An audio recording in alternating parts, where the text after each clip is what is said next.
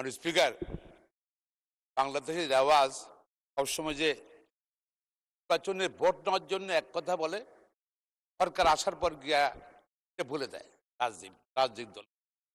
এবারই প্রথম আমাদের মাননীয় প্রধানমন্ত্রী সংসদ নেতা নির্বাচনী প্রতিশ্রুতি দিয়েছিলেন যে ফ্যামিলি কার্ড, কৃষি কার্ড সহ বিভিন্ন সুযোগ এর মধ্যে, এবং ফ্যামিলি কার্ড এর মধ্যে বিলি শুরু হয়ে গেছে, যেটা আঙ্গুলে যে ভোটের আঙ্গুলের কালো শুকানোর আগেই। মাননীয় স্পিকার, এবং এই যে বৈশাখ মাসের প্রথম সাপ্তাহিক কৃষি কার্ড বিলি করা হবে ইনশাল্লাহ। সরকার আমাদের মাননীয় প্রধানমন্ত্রী যা যা ওয়াদা দিয়েছিলেন নির্বাচনের ইস্তারে সবই কিন্তু অক্ষর অক্ষরে ইনশাল্লাহ বিএনপি মাননীয় প্রধানমন্ত্রী বাস্তবায়ন করবেন।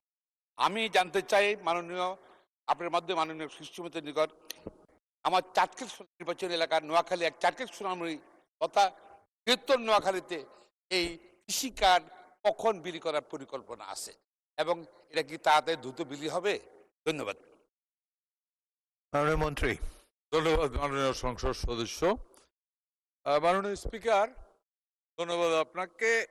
আপনার মাধ্যমে ধন্যবাদ দিচ্ছি মাননীয় সংসদ সদস্যকে। আপনি কৃষি কার্ড আমরা এই মুহূর্তে সারা বাংলাদেশে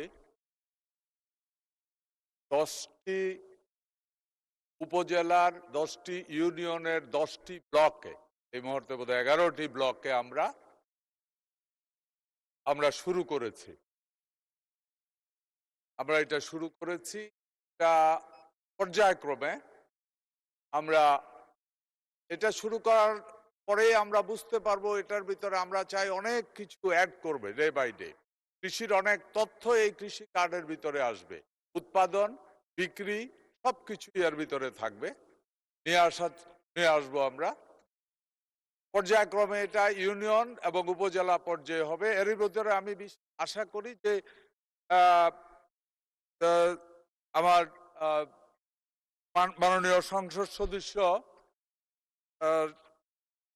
ব্যারিস্টার মাহবুবউদ্দিন খোকনের নির্বাচনী এলাকা বা ওনার উপজেলাটাকেও আমরা চেষ্টা করব ওই প্রায়োরিটির ভিতরে রাখার জন্য।